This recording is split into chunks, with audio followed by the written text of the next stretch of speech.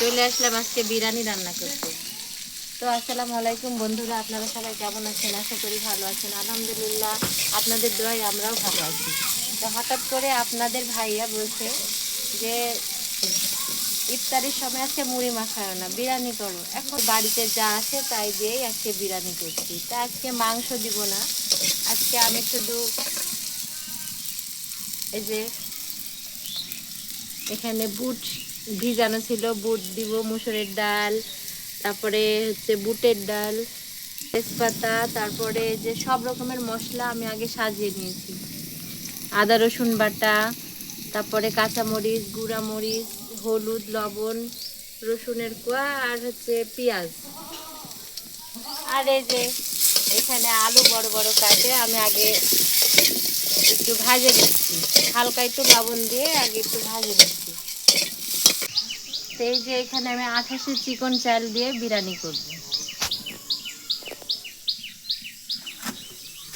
ভাজা হয়ে গেছে, আলুটা আমি আলাদাভাবে ঢেলে রাখি।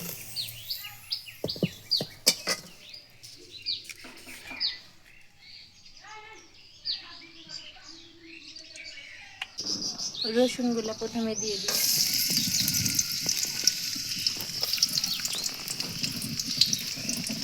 তার সাথে তেজপাতা।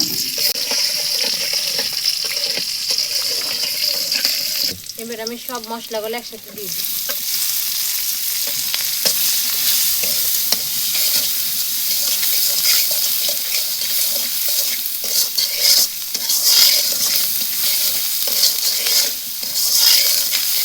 আমার মশলা কষানো হয়ে গেছে, এবার আমি বুট আর ডালটা আগে কষাই নেব।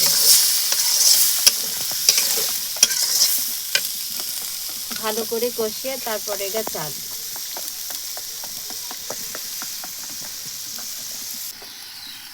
এগুলো অর্ধেক কষানো হয়ে গেছে, এবার আমি আলুটা দিয়ে দিই।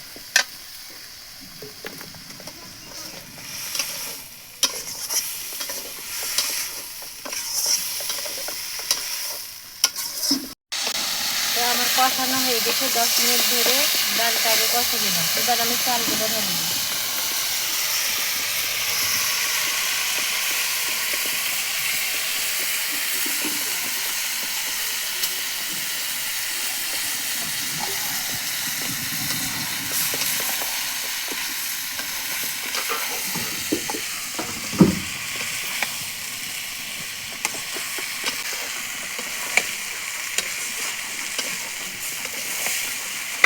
হয়ে গেছে বিরিয়ানি আজকের।